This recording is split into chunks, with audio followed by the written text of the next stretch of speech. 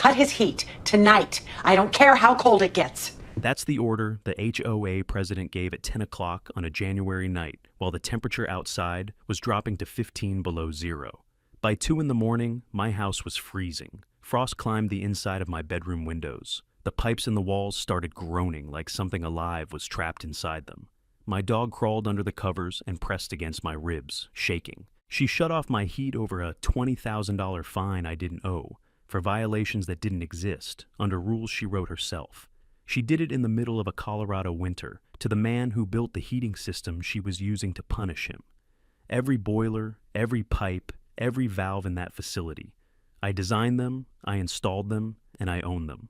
All 60 mansions on that mountain run on my system. She just didn't know it yet. I didn't call a lawyer first. I checked the weather forecast. Tell me, what would you do? Let me take you back so you understand what that woman walked into. I live on the side of a mountain in Summit County, Colorado, 10,000 feet above sea level, where winter doesn't ask permission and the wind cuts through your jacket like it isn't there. The house is small, 2 bedrooms, 1 bathroom, a kitchen with a gas stove that doubles as my only backup heat. I built it myself 12 years ago. With lumber I milled from beetle kill pine and concrete I mixed in a rented drum. Next to the house sits a building most people in the neighborhood have never thought twice about. It looks like a maintenance shed from the outside.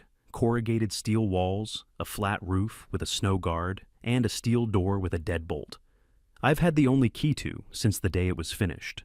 Inside that building are 3 industrial boilers, 6 circulation pumps, 9 miles of insulated copper distribution pipe running underground, and a control panel I wired myself. That building heats every home on this mountain. My name is not the point. What matters is that I'm a licensed master plumber and mechanical engineer, and 12 years ago, a developer named Morrison hired me to design and build the central heating system for a new luxury subdivision called Summit Ridge Estates. 60 mansions, $3.5 million price tags, heated floors, steam showers, wine cellars with climate control. Every BTU ran through my boiler plant. Morrison went bankrupt in year 3, owed me $480,000. His lawyers offered me a settlement, not cash because there wasn't any, but property. The boiler plant, the land under it, and every inch of distribution piping beneath the subdivision. I took the deal. A mechanic's lien, properly filed and legally recorded. The infrastructure was mine. My wife Laura loved that little house on the mountain. She said the boiler room hummed like a heartbeat at night, and she'd fall asleep to it with the windows cracked open even in January. She died 4 years ago. A fall on Independence Pass, hiking a trail we'd done 100 times. I stayed because leaving meant leaving the last place that still felt like her. The dog she picked out from the shelter sleeps on her side of the bed. His name is Boiler. She thought that was hilarious. Then Pamela Whitfield decided my house was a problem. Pamela was the president of the Summit Ridge HOA and had been for 8 years. Blonde, the kind of blonde that comes from a salon appointment every 3 weeks. Heavyset, always dressed like she was hosting a charity luncheon, even when she was just checking mailboxes. She drove a black Range Rover with vanity plates that read PREZ-1. I am not making that up. Her husband was Glenn Whitfield, real estate attorney, HOA board member, and the kind of man who irons his jeans. Between the two of them, they ran Summit Ridge like a private country club, with a dress code and an enemies list. The first violation notice arrived on a Tuesday in September. It informed me that my house's exterior paint color was inconsistent with the approved community palette. I read the CC and Rs that night, all 47 pages. There was no approved palette. There never had been. I wrote back politely, citing the exact section numbers. Pamela's response came 3 days later, hand-delivered by Glenn, who stood on my porch in a cashmere overcoat and smiled like a man who'd never lost an argument. The board decides what's appropriate, Mr. Callahan, not you. I leaned against the doorframe, the cold biting through my flannel, and smelled the diesel exhaust drifting from the boiler plant 20 feet away. The system was running at full capacity, keeping his house warm, keeping her house warm, keeping all 60 houses warm, and neither of them had ever once asked how it worked or who kept it running. Ma'am sends her husband to deliver threats, I said. That's a choice. Glenn's smile didn't waver, but something behind his eyes shifted. He turned and walked back to the Range Rover without another word. I watched the taillights disappear down the switchback road, then went inside and poured a cup of coffee. Boiler was asleep on the heat vent, snoring. I had no idea how far they were willing to go, and they had no idea what they were standing on. Over the next 4 months, Pamela sent 6 violation notices. Each one arrived in a Ridgeline Estates HOA envelope with the gold seal she'd designed herself, and each one cited a violation that did not exist anywhere in the community's governing documents. The first said, "My mailbox was 2 inches too tall. I measured it. It was the same height as the one the Postal Service installed for every house on the mountain." The second said, "My snow fence was made of unapproved materials." The CC and RS didn't mention snow fences at all. The third said, "My blue spruce trees were insufficiently maintained. I'd been trimming those trees since the day I planted them." The fourth said my exterior lighting was excessively warm in color temperature. She was fining me for the color of my porch light. The fifth cited my trash enclosure for being visible from the primary access road. It was behind the house, facing the forest. And the sixth, the one that almost made me laugh, said the nameplate on my door used a font not consistent with community signage standards. 6 violations, $20,000 in fines, not one of them supported by a single sentence in the CC and Rs. I responded to each one in writing. I cited the relevant sections. I included photographs, measurements, and direct quotes from the governing documents. I was thorough, patient, and professional. I kept copies of everything. Pamela rejected every appeal. Each rejection letter said the same thing. The board has reviewed your submission and upholds the assessed fine. No explanation, no citation, no reasoning. Just 5 signatures: Pamela, Glenn, and 3 board members she'd appointed herself. When I refused to pay, Pamela called a special board meeting. 5 members, closed session, no resident observers. They voted 5-0 to disconnect my house from the central heating system until the fine was paid in full. The resolution called it a lien on services, a term she invented. It had no basis in Colorado law, no basis in the CC and Rs, and no authorization from any court. But it didn't need legal authority. It just needed a valve. The technician came at 10 o'clock on a Thursday night in late January. I didn't hear him arrive. I was asleep with boiler curled up against my legs and the wind howling outside hard enough to rattle the chimney cap. What woke me was the silence. The heating system in my house ran on a closed loop fed from the main plant, hot water circulating through baseboard radiators, a constant low hum I'd been falling asleep to for 12 years. When that hum stopped, the silence was louder than any alarm. I sat up in the dark, my breath plumed white in front of my face. The bedside thermometer read 38 degrees and falling. Outside, the National Weather Service had the overnight at -15. I swung my feet onto the floor, and the cold hit my soles like concrete. Boiler whimpered and pushed deeper under the blankets. I pulled on a jacket, walked to the basement, and checked the supply line. The valve was closed, not failed, closed. Someone had shut it deliberately. I walked back upstairs, lit the wood stove Laura and I had used on power outage nights, and fed it 3 splits of dry pine. The fire caught fast, the smell of burning resin and wood smoke filling the room like a memory. I stood there for a minute, watching the flames and listening to the pipes in the walls. They were groaning. When water sits still in copper pipe at -15, it doesn't just cool, it starts to expand. The groaning is the metal flexing. After that comes the crack. I called Harlan Briggs at 5:30 in the morning. Harlan was 71, a retired master plumber who lived 4 houses up the ridge. He'd helped me commission the boiler plant the first winter it ran. He was also the first person Pamela had fined. $8,000 for wood stove smoke exceeding opacity standards, a standard she made up. Harlan paid because his wife was fighting cancer, and he couldn't afford a legal battle on top of everything else. "They cut your heat?" Harlan's voice was gravelly with sleep and disbelief. "The heat you built?" "They did." There was a long pause. I could hear him breathing, the way old men breathe when they're calculating how angry to get. "And son, they just made the worst decision of their lives." I didn't argue with him. I poured a second cup of coffee, scratched boiler behind the ears, and sat down at the kitchen table with the CC and Rs, a legal pad, and a pencil sharpened to a point. Outside, the sun was coming up over the Continental Divide. The snow on the peaks glowed pink. The temperature gauge on the porch read -12. and somewhere inside a black Range Rover parked in a heated garage, I was no longer paying to warm. Pamela Whitfield was starting her day without the slightest idea what she'd set in motion. I drove to the county building department the next morning with a manila folder and a purpose. Inside the folder were copies of all 6 violation notices, the CC and Rs, and a line-by-line comparison showing that not one of the cited violations had any basis in the governing documents. I filed a formal complaint. The clerk, a woman named Betty, who'd been processing HOA paperwork since before Summit Ridge existed, read through my materials, looked up at me over her glasses and said, "Honey, this isn't enforcement. This is harassment." She couldn't do anything officially. County doesn't regulate HOA fines, but she made copies, entered the complaint into the system, and told me something useful on the way out. "You're not the first person from that neighborhood to walk through that door. You're just the first one who brought receipts." 3 days later, the lien notice arrived. It came by certified mail, a formal document on Whitfield & Associates letterhead, signed by Glenn Whitfield in his capacity as both HOA board member and legal counsel for the HOA.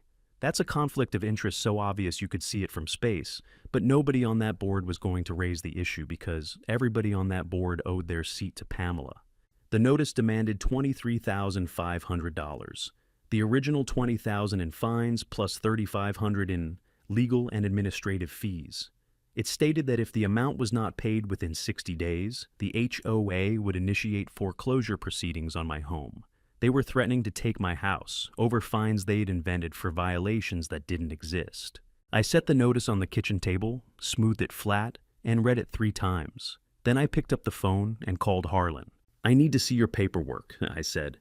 "Everything Pamela sent you. Every fine, every letter, every receipt." Harlan met me at his kitchen table that afternoon. His house smelled like pine sap and menthol cough drops, and the wood stove in the corner was burning low. He opened a file cabinet that looked older than he was and pulled out a folder 3 inches thick. $8,000. Wood stove smoke exceeding opacity standards. Harlan had been burning wood in that stove for 9 years without a single complaint.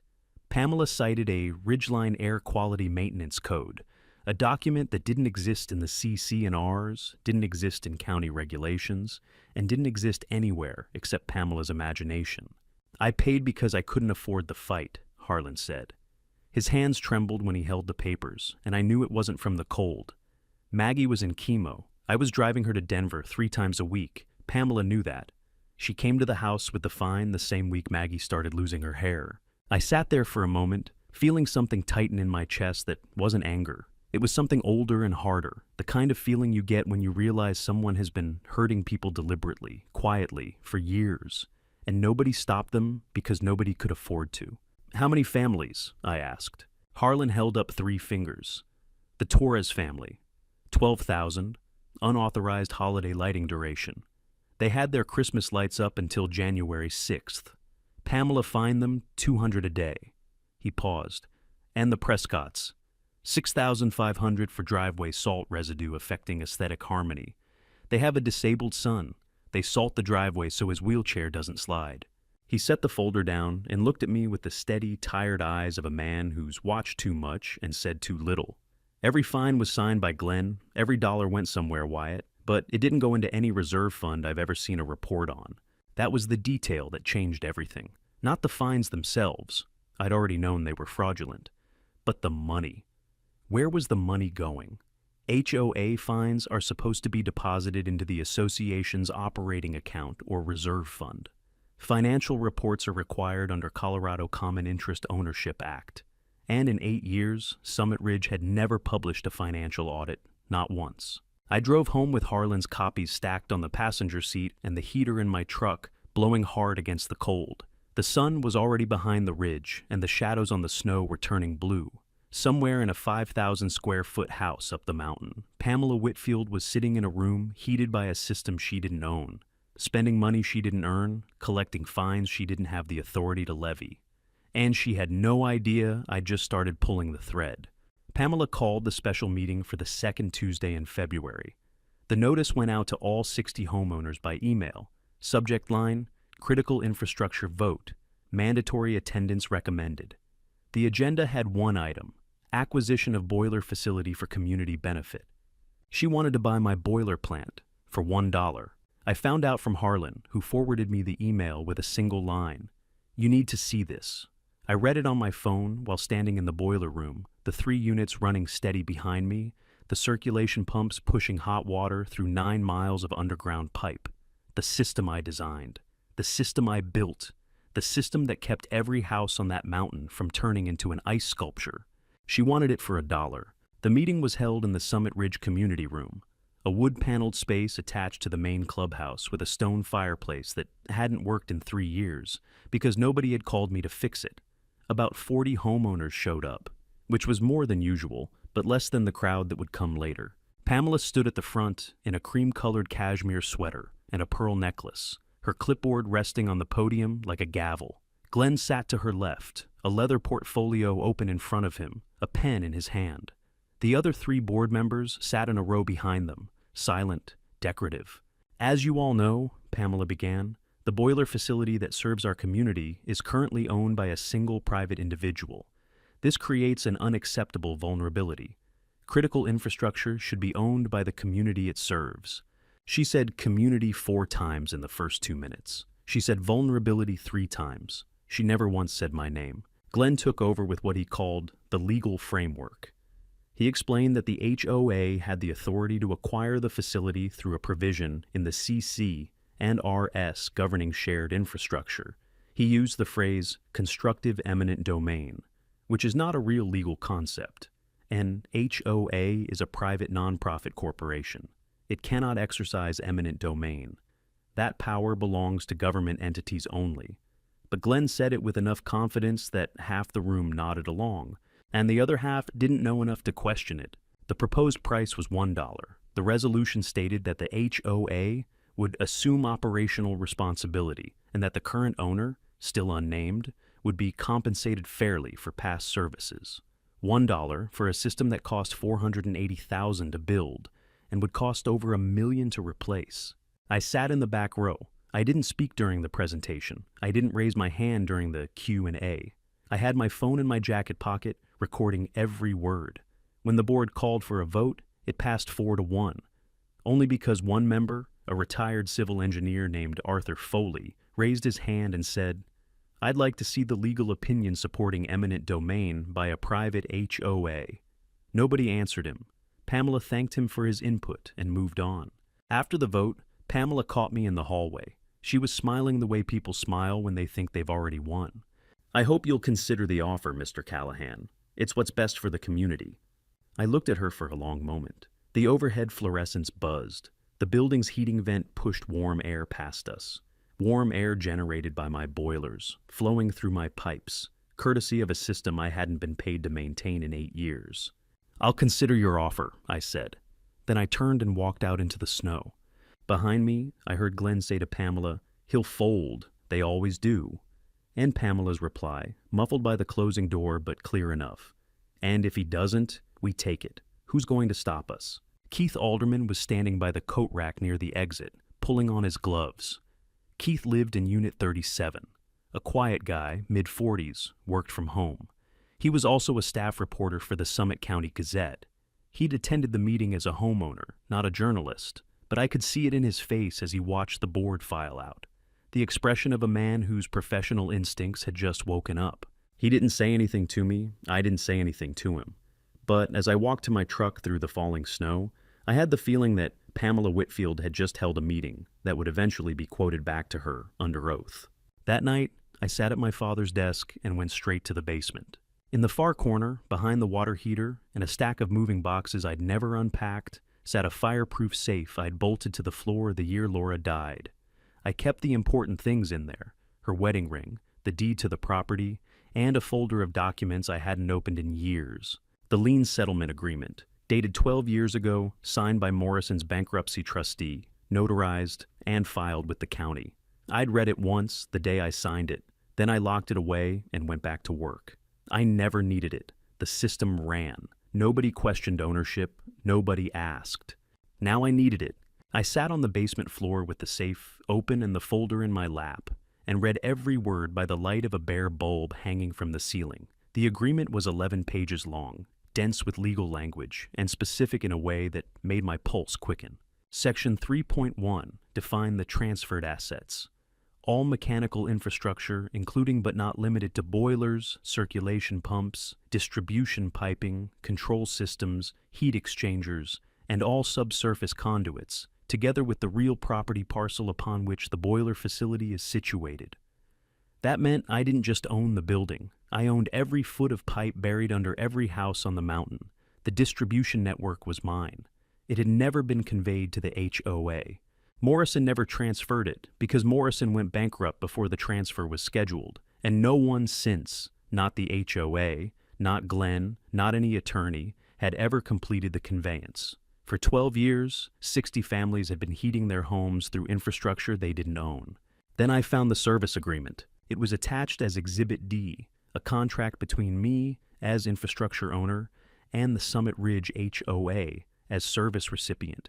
14 pages of terms governing the provision of heating services. I'd signed it the same day as the settlement. I'd never read it carefully because, at the time, it was boilerplate. Standard language a bankruptcy lawyer had drafted to make sure the homes kept getting heat while the legal dust settled. But Clause 14.3 was not boilerplate. In the event the association terminates, interrupts, or restricts heating service to any individual unit served by the system without a valid court order, the provider shall have the right, at his sole discretion, to suspend all heating services to the association upon 72 hours written notice. I read it again, then a third time. Pamela had cut my heat without a court order. That single act, that one petty vindictive decision made in a closed board meeting, had triggered a clause that gave me the legal right to shut off heat to the entire subdivision, not as retaliation, as a contractual remedy. And there was more. Section 8.2 required the HOA to pay an annual maintenance fee of $42,500. I checked my records. They had never paid it, not once in 8 years. $340,000 in unpaid maintenance, a debt that accrued interest at 8% per annum under the contract's default terms. I sat on that basement floor for a long time. The bare bulb swayed slightly in the draft from the furnace vent. The safe was still open. Laura's ring caught the light, a small diamond on a thin gold band. She'd always said, I built things to last. She meant the pipes and the boilers and the fittings. But she also meant the paperwork. Pamela had the clipboard. Glenn had the law degree. They had the votes, the board, and 8 years of unchecked power. But I had the deed, the settlement, the service agreement, and a clause they'd never read that they'd just activated themselves. I called Nora Pennington the next morning. Nora was a contract attorney out of Denver, 39 years old, former corporate litigator who'd left a big firm to specialize in HOA disputes after her own mother got bullied out of a condo association in Aurora. She wasn't cheap, but when I described the situation on the phone, she went quiet for 10 seconds and then said, Wyatt, I need to see that service agreement today. I drove to Denver through a snowstorm. 3 hours each way, on E70 with the wipers fighting ice and the truck fishtailing twice on Loveland Pass. Nora's office was in a converted Victorian near Cheeseman Park. Warm inside, bookshelves floor to ceiling, the smell of old paper and fresh coffee. She read the settlement agreement first, then the service agreement, then Clause 14.3. Then she looked up at me and said something I'll never forget. Wyatt, they don't just owe you money. They've been using your infrastructure without authorization for 8 years, and they triggered the suspension clause themselves when they cut your heat. You don't need a judge's permission to shut this down. You need a stamp and a certified letter. We built the strategy that afternoon at her conference table, with a pot of coffee between us and snow falling past the window. Step 1. Send a formal demand letter to the HOA for $340,000 in unpaid maintenance fees, with interest, citing Section 8.2 of the service agreement. Give them 30 days to respond. Step 2. File a certified copy of the lien settlement with the county recorder's office, formally establishing my ownership of all heating infrastructure. Step 3. Send the 72-hour suspension notice under Clause 14.3, citing the illegal disconnection of my heat as the triggering event. Step 4. Notify the county fire marshal that the heating system had not received professional maintenance by the contracted party, which was the HOA, in 8 years, creating a potential safety concern. But before any of that, I had something personal to take care of. I drove back to Summit Ridge that night and spent the next 2 days making house calls. Harlan Briggs, the Torres family, the Prescotts, and a couple named the Dunbars in Unit 12, elderly on a fixed income, fined $4,000 for unauthorized bird feeders. I brought each of them a propane heater, 2 tanks, and a set of electric space heaters rated for residential use. I installed the propane units myself, checked the venting, and left my phone number on the kitchen counter. When the heat goes off, I told each of them, you'll stay warm, I promise. Harlan looked at the heater, then at me. You're really going to do it. They cut my heat first, Harlan. I'm just following the contract. The last thing I did was check the weather. I'd been watching the forecasts for a week, tracking an Arctic air mass building over central Canada. The National Weather Service was calling it the coldest front of the decade. Sustained temperatures of 20 to 25 below zero for 4 to 5 consecutive days. Wind chill to minus 40. The kind of cold that kills engines, cracks foundations, and freezes every pipe and every wall that isn't being actively heated. I chose the timing carefully. I would send the 72-hour notice so that it expired at exactly 6 a.m. on the morning the cold front arrived. Pamela would have 3 full days to respond, negotiate, or pay. If she did nothing, and I was betting everything that she would do nothing, because doing nothing was what bullies did when they didn't believe the threat was real, then the system would shut down at the precise moment it was needed most. The night before I sent the letter, I walked into the boiler plant one last time. 3 units running steady, their blue pilot flames flickering behind the glass inspection ports, the circulation pumps whirring, the copper headers warm to the touch. I ran my palm along a pipe I'd sweated 12 years ago, and the joint was still perfect. Every weld, every fitting, every valve in that room had my hands on it. I stood there in the warmth and the diesel hum and thought about what Laura would say. She'd say I was being stubborn. She'd say I was being righteous. And then she'd say, good, be both. I locked the door behind me and went home to write the letter. The 72-hour notice went out on a Monday morning by certified mail, hand-delivered copy to the HOA office, and email to every board member with red receipt tracking. The letter was 4 pages long. Nora had drafted it with the precision of a surgeon. It cited the lien settlement, the service agreement, the unpaid maintenance fees, the illegal heat disconnection, and Clause 14.3. It stated, clearly and without ambiguity, that if the HOA did not restore heating service to my home, pay all outstanding maintenance fees, and rescind all fraudulent fines within 72 hours, I would exercise my contractual right to suspend all heating services to the subdivision. Pamela read it at 9:15 a.m. I know because the email tracking showed the message was opened at 9:14, and the attached PDF was downloaded at 9:16. At 9:22, she forwarded it to Glenn with a one-line message I would later see in Discovery. Handle this. He's bluffing. Glenn called me at 10 o'clock. He was using his attorney voice, measured, condescending, the tone of a man who bills $400 an hour and wants you to know it. Mr. Callahan, I've reviewed your letter. I want to be direct. If you interfere with heating services to this community, we will seek an emergency injunction and pursue civil damages. You'll lose your house, your business, and your reputation. Glenn, I'd encourage you to read the service agreement before you threaten me, specifically Clause 14.3. And while you're at it, check Section 8.2 on maintenance fees. He hung up. 2 hours later, he filed for a temporary restraining order with the Summit County District Court. Judge Catherine Mercer held the hearing the following afternoon. I sat on one side of the courtroom with Nora. Glenn sat on the other side with a stack of papers and the rigid posture of a man who was just beginning to realize he was in trouble. Nora presented the lien settlement, the service agreement, the county property records confirming my ownership of the infrastructure, and the HOA board minutes documenting the decision to cut my heat. Glenn argued that the heating system was de facto community property because it had served the neighborhood for 12 years. Judge Mercer asked him one question. Mr. Whitfield, can you produce a recorded deed, a title transfer, or any conveyance document showing that the heating infrastructure was ever transferred from Mr. Callahan to the HOA? Glenn opened his portfolio. He flipped through pages. He looked at Pamela, who was sitting in the gallery. Then he looked back at the judge. Not at this time, Your Honor. Mercer denied the restraining order. Her ruling was 2 paragraphs long and included a sentence that would echo through Summit Ridge for months. The petitioner has failed to demonstrate that the HOA holds any ownership interest in the heating infrastructure. The respondent is the legal owner and has exercised a contractual right explicitly provided for in the governing agreement. The court will not compel a private party to continue providing a service for which he has not been compensated. Glenn called Pamela from the courthouse parking lot. I was close enough to hear his voice through the phone speaker as I walked to my truck. The judge said, "No, Pam. He owns everything. Every pipe under every house on this mountain." That's impossible. That system serves our community. We paid Morrison. Morrison is bankrupt. Callahan holds the lien. It's all in the settlement. There was a pause long enough to hear the wind.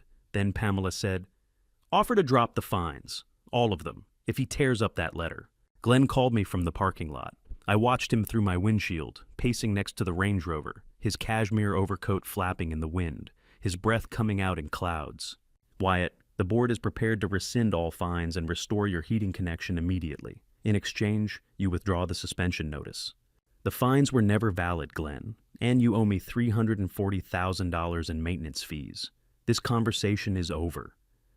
I started my truck, pulled out of the lot, and drove home.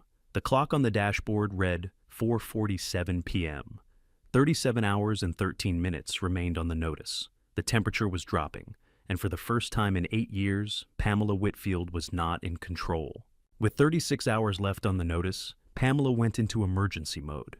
She called every HVAC company in Summit County, then she called Grand County, then Eagle County. She wanted someone, anyone, to come to Summit Ridge and install a bypass around my boiler system, an alternative heat source, a workaround, something that would let her pretend I didn't exist.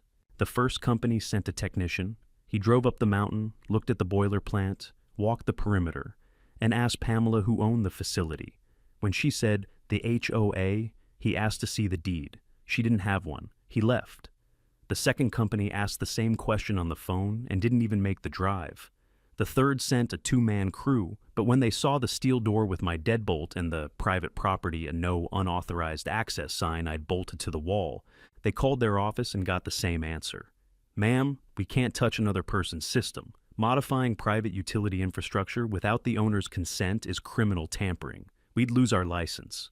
Colorado Revised Statutes, Section 18-4-506.5. Criminal tampering with a utility service. A Class 1 misdemeanor that can escalate to a felony if it creates a safety hazard. Every HVAC contractor in the state knew the statute. Pamela didn't, but she was learning. By the second night, with 12 hours left, Pamela was out of professional options, so Glenn decided to handle it himself. I was in the kitchen at 11 o'clock, eating a bowl of chili with boiler asleep on the rug, when the motion alert on my phone went off. I opened the camera feed and watched in real time as Glenn Whitfield, in dark clothing, a ski mask pulled down to his chin, and a pair of bolt cutters in his right hand, walked up to the boiler plant door. I almost felt sorry for him. Almost. He tried the bolt cutters on the padlock first. The lock was hardened steel, rated for outdoor industrial use. The cutters didn't bite. He tried a pry bar next, jamming it between the door and the frame. The steel held. Then he found the side vent panel, pried it loose with the bar, and squeezed through the opening like a man who hadn't been that flexible since college. I watched him on the interior camera, stumbling between the boilers, bumping into pipe runs, trying to find the main distribution valve. He found it after 4 minutes of searching. He grabbed the wheel and tried to lock it in the open position. His plan, apparently, was to prevent me from shutting off the valve when the notice expired. But the valve was a quarter-turn ball valve with a lever handle, not a wheel. He was pulling on the wrong fitting. I called Deputy Scott Ennis while Glenn was still inside. Ennis arrived in 14 minutes. He found Glenn standing next to boiler number 2, with the pry bar in his hand and the vent panel hanging open behind him. The look on Glenn's face when the flashlight hit him. I watched it on camera. It was the expression of a man who had just realized that every decision he'd made in the last 6 hours had been wrong. Criminal tampering with utility infrastructure, criminal trespass, possession of burglary tools. Deputy Ennis read the charges while Glenn stood in the snow with his wrists behind his back, his breath crystallizing in the beam of the cruiser's headlights. The bolt cutters lay on the ground next to him like a confession. Pamela arrived in the Range Rover 12 minutes later, still in her bathrobe. She stood at the edge of the driveway and watched them put her husband in the back of the patrol car. She didn't say a word. She just stood there, arms wrapped around herself, while the cold ate through her robe and the reality of what had happened settled over her like the snow. Keith Alderman was watching from his kitchen window 4 houses up.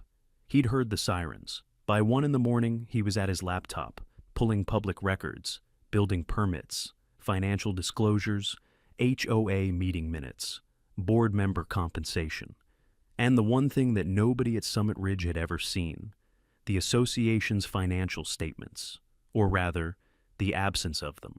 What Keith found that night would be in print within a week, 3 years of fines totaling $46,500. Every cent deposited not into the HOA operating account, but into a personal account held jointly by Pamela and Glenn Whitfield. Embezzlement, plain and simple. But Keith didn't tell anyone yet. He just kept digging. The 72 hours expired at 6 a.m. on a Thursday. I was already in the boiler plant. Boiler lay on his bed in the corner. I'd set up a heated pad for him near the control panel. Outside, the Arctic front had arrived overnight. The temperature gauge on the wall read -23. The wind was steady at 30 miles per hour, driving the wind chill to -42. The coldest morning Summit County had seen in 11 years. I stood in front of the control panel and looked at the 3 boilers running side by side. 12 years of faithful operation, 3 blue pilot flames behind 3 glass ports, 6 circulation pumps pushing hot water through 9 miles of copper pipe. The system I designed on graph paper at my kitchen table. The system I built with my own hands, my own tools, my own sweat. The system nobody had paid me to maintain for 8 years. I turned off boiler 1. The flame died. The pump wound down, then boiler 2, then boiler 3. The circulation pumps stopped one by one, and the low hum that had been the background sound of my life for 12 years faded to silence. For the first time since I'd commissioned the plant, the building was quiet. I could hear the wind outside. I could hear Boiler breathing on his bed. I could hear the tick of cooling metal as the pipes began to lose heat. I walked outside into the cold. The air hit my face like a wall. My eyelashes frosted in seconds. I locked the plant door behind me and drove home. The call started within 2 hours. By noon, the indoor temperature in most homes had dropped below 50 degrees. By 4 o'clock, it was in the mid-30s. By 10 that night, the first pipes froze. You could hear it if you listened. A faint crack, then a hiss, then the sound of water spraying inside walls. In houses with radiant floor heating, the embedded tubing split along seams that had been warm for 12 years and were now colder than the ground outside. By morning, 47 of 60 homes had at least 1 burst pipe. Some had 5, some had 8. Water damage in finished basements, buckled hardwood floors, collapsed drywall. A 5,000 square foot house on the upper ridge lost its entire second floor to flooding when a supply line in the attic let go. Total estimated damage across the subdivision, $2.4 million. Pamela called an emergency meeting for 6 o'clock that evening. The community room was unheated. My system powered that too, so 200 residents sat in their winter coats, their breath visible, their fury radiating hotter than anything the boilers had ever produced. Pamela stood at the podium in a down jacket, her clipboard shaking in her hands. She tried to open the meeting with her usual authority. This act of sabotage by Mr. Callahan, the room erupted. Not applause, not chanting, just 60 families shouting at once, and every single voice was aimed at her. When the noise died down, I stood up in the 4th row. I was wearing the same flannel and work boots I wore every day.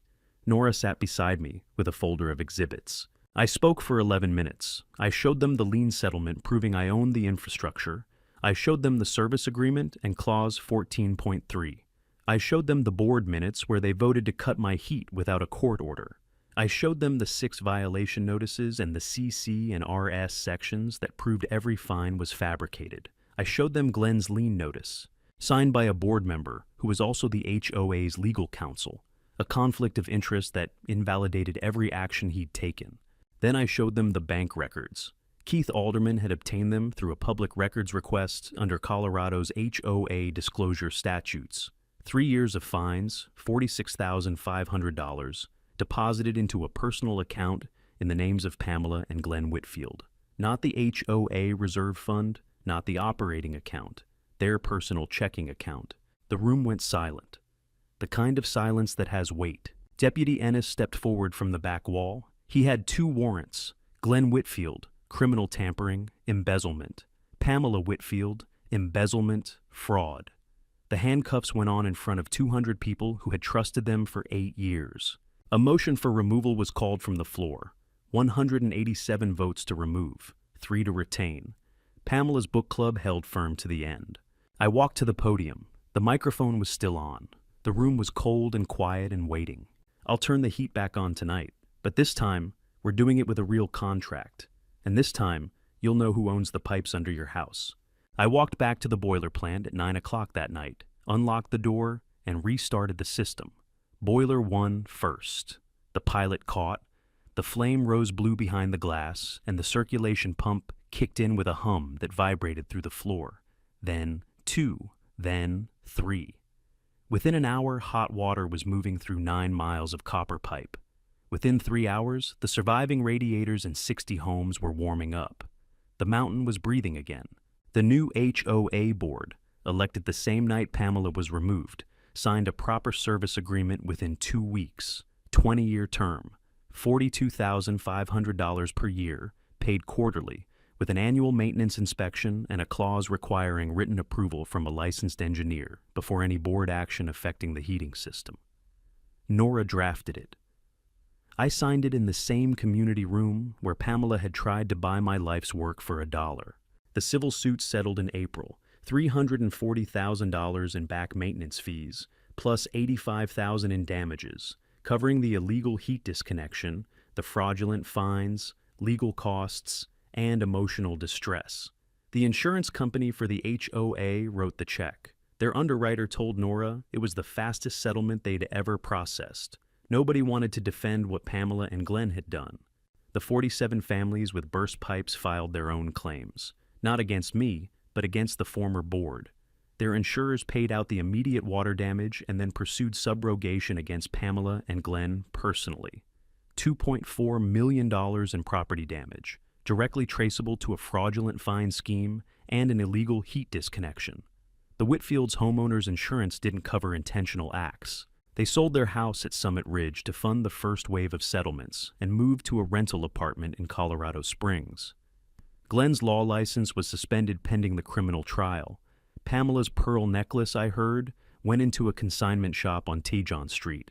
Glenn was indicted on 4 counts: criminal tampering, burglary, embezzlement, and fraud. Pamela was indicted on 2, embezzlement and fraud. Glenn's attorney pushed for a plea deal. The DA offered 3 years, no parole. Glenn took it. Pamela received 2 years of probation, community service, and a permanent injunction barring her from serving on any HOA board in the state of Colorado.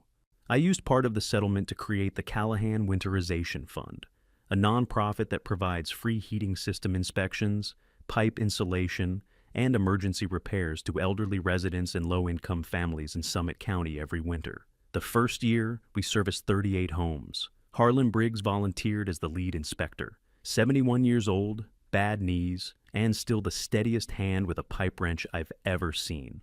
The Torres family got their $12,000 back through the settlement. So did the Prescotts. So did Harlan. The Dunbars, the couple with the bird feeders, got a refund and a formal apology from the new board, hand-delivered by Arthur Foley, the one board member who'd had the courage to ask the right question at the wrong meeting. Harlan came by on a Sunday afternoon, about a month after everything settled. We sat in the boiler plant, the warmest room on the mountain, on 2 folding chairs between the number 2 and number 3 units. The pipes hummed around us. The pumps pulsed. Boiler was asleep under the control panel, his nose resting on a warm copper fitting. Harlan pulled a thermos out of his coat and poured 2 cups of Irish coffee. He handed me one, clinked his cup against mine, and looked around the room. Laura would have been proud of you, Wyatt.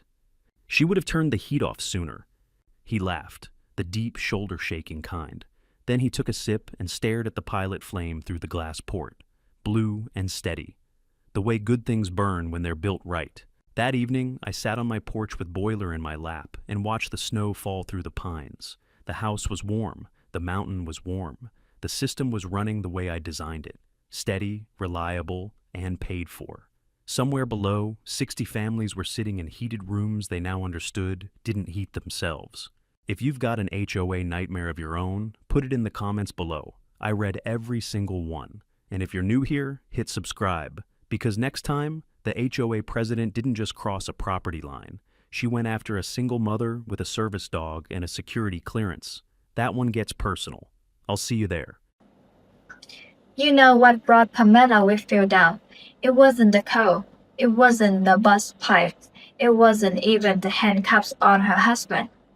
It was the contract she never bothered to read. Wyatt didn't win because he had more power. He won because he knew what he owned and kept the paperwork to prove it. Every agreement, every clause, every receipt locked in a safe, waiting for the day someone tried to take what wasn't theirs. The lesson goes beyond HOA disputes. If you own something, document it. If someone owns you, record it. If someone used a title to punish you for knowing your rights, don't shout, read the contract. The answer is almost always already written down. Pamela spent 8 years treating her neighbors like tenants and collecting fines that went into her own pocket. Wyatt spent 12 years keeping everyone warm. When the truth came out, the mountain chose the man with the Range Rover, the woman with the clipboard. If you ever deal with an HOA that's confused authority with ownership, drop your story in the comments. And if you haven't subscribed yet, now's the time, because next week, the HOA president went after a single mother with a service dog and a security clearance. That's when it gets personal.